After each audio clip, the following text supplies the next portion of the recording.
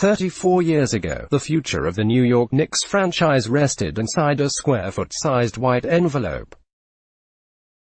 It was early afternoon on May 12, 1985, and Knicks executive Dave DeBusschere sat nervously on the dais on the 18th floor of the Waldorf Astoria Hotel in Manhattan, holding his head in his hands ahead of the first-ever NBA draft lottery.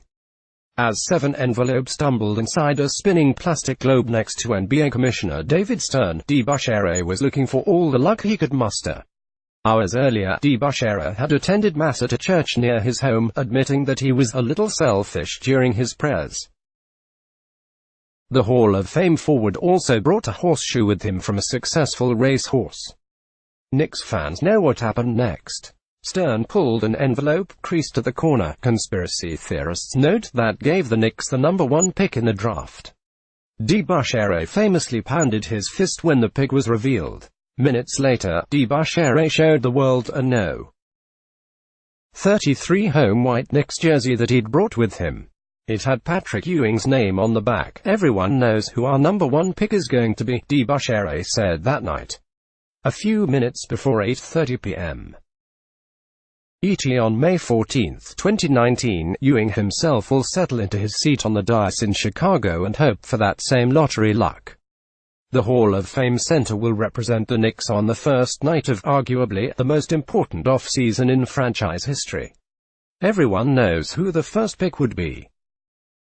If Ewing and the Knicks land at New York, Phoenix and Cleveland each have 14% odds, it opens up a world of possibilities.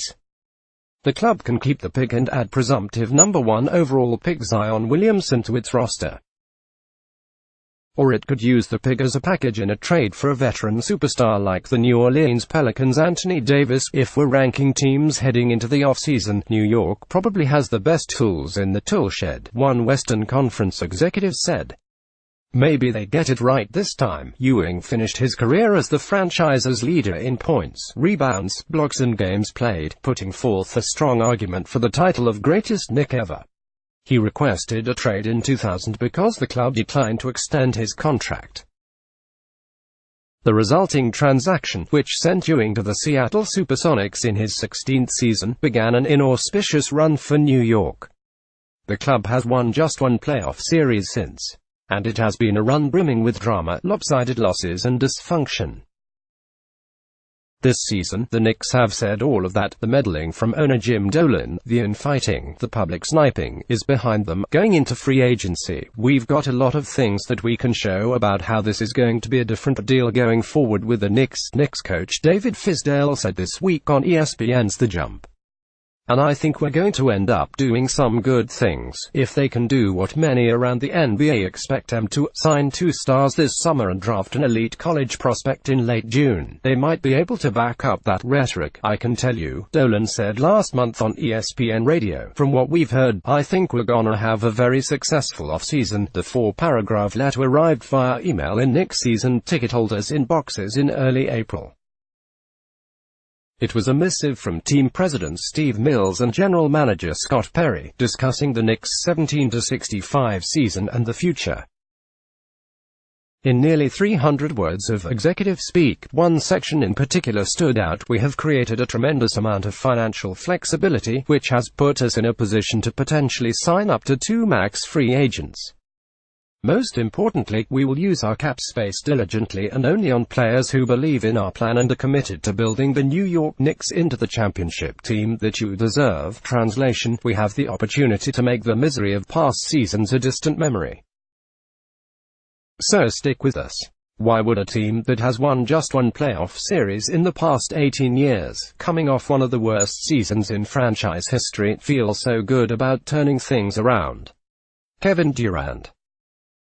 It's easier to find street parking in Manhattan than it is to find an NBA executive, player or coach who doesn't think Durant is going to sign with the Knicks in July.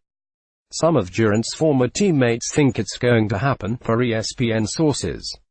Several of his current teammates have told friends that they think it's going to happen, sources said. Opposing agents believe it's a fait accompli, just a matter of putting pen to paper, is how one agent of another top free agent in the 2019 free agent class put it. Why would Durant come to the Knicks when he could stay with the Golden State Warriors or sign with other teams with stronger supporting casts, such as the LA Clippers or Brooklyn Nets? One opposing executive monitoring Durant's situation closely believes that the opportunity to win in New York, and pushed the notion that he jumped on the bandwagon to win rings in Oakland from the forefront of fans' consciousness, is a pull for the two-time Finals MVP. Winning there would change the narrative around him, one executive said. If Durant comes to New York, he's not coming to be part of a rebuild. So it's hard to see him committing to the Big Apple without another star in tow. Boston Celtics guard Kyrie Irving, who has a close relationship with Durant, remember All-Star Weekend, is one of the players who could join Durant in the Big Apple. Charlotte Hornets guard Kemba Walker also has fans in the Knicks organization. Multiple executives doing their homework on the free agent class, though, fully expect Durant to sign with the Knicks and Irving to join him. There's growing evidence to support the theory. After telling Celtics fans he plans on returning to Boston earlier this season, Irving acknowledged that the Knicks were on the list of teams that he'd consider as a free agent. He also softened that commitment to the Celtics in early February. During the regular season, some close to Durant suggested to people with a rooting interest in the Knicks that they should remain calm amid New York's struggles this season. This was seen by those familiar with the conversations as further proof that Durant intends to sign with the Knicks. And then there's the oft-cited factor of Durant's manager, business partner and co-founder of his media company, Rich Kleiman, being a Knicks fan. Kleiman, for what it's worth, attended several Knicks games at Madison Square Garden when the Warriors weren't the visiting team. If Durant, Irving, or both decide to sign elsewhere, it would leave the Knicks in a tough spot. They could go after Kawhi Leonard. People close to Leonard saw New York as a possible destination for him prior to his trade to the Toronto Raptors, but the general feeling around the league is that Leonard is more likely to end up with the Clippers or back in Toronto than a team in New York. And it would surprise some opposing executives if the Knicks signed a player other than Durant, Irving or Leonard to a long-term contract this summer. Those executives expect the Knicks to use the projected league-high $74 million in cap room in other ways this summer, acquiring a draft pick in a salary dump, signing players to short-term deals, if they miss out on those top free agent targets. From any other rebuilding franchise, that approach would make sense. But how would the long-suffering fan base and ownership react to a disappointing summer after a 17-win season? Particularly when the Knicks opened up cap space by trading the face of their franchise, Kristaps Porzingis. The Knicks say they feel no added pressure to land a free agent in the wake of the Porzingis trade. We're excited that we have some flexibility there.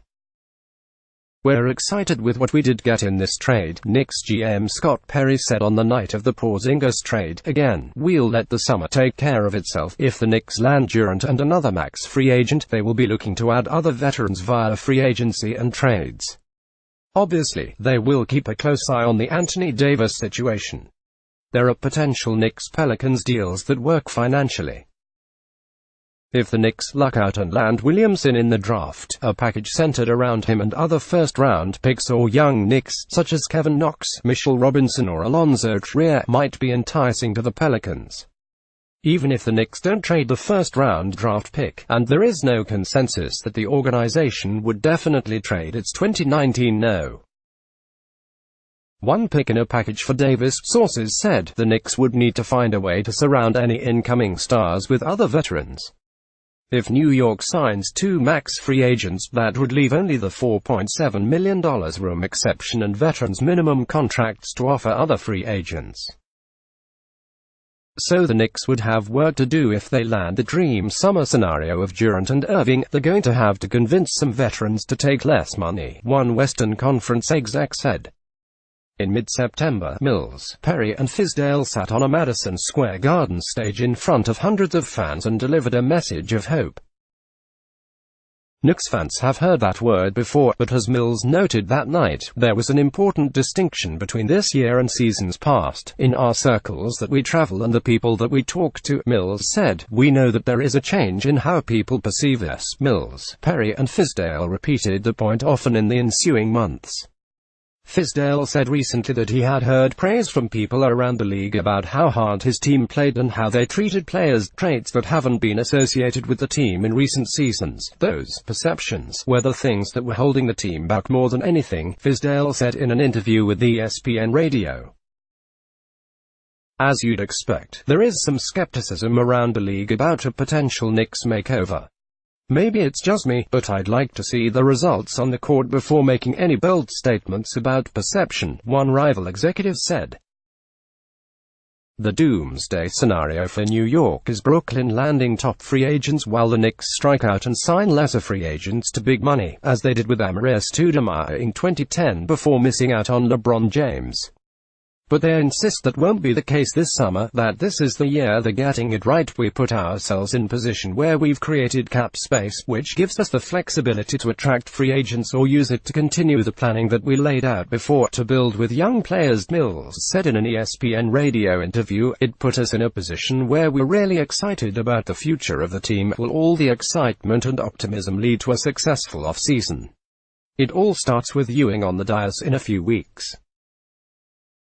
Fizdale, for one, is optimistic that the franchise's fortunes are about to turn. We're doing things the right way, Fizdale told ESPN Radio. We have a great setup to do something that's long-standing.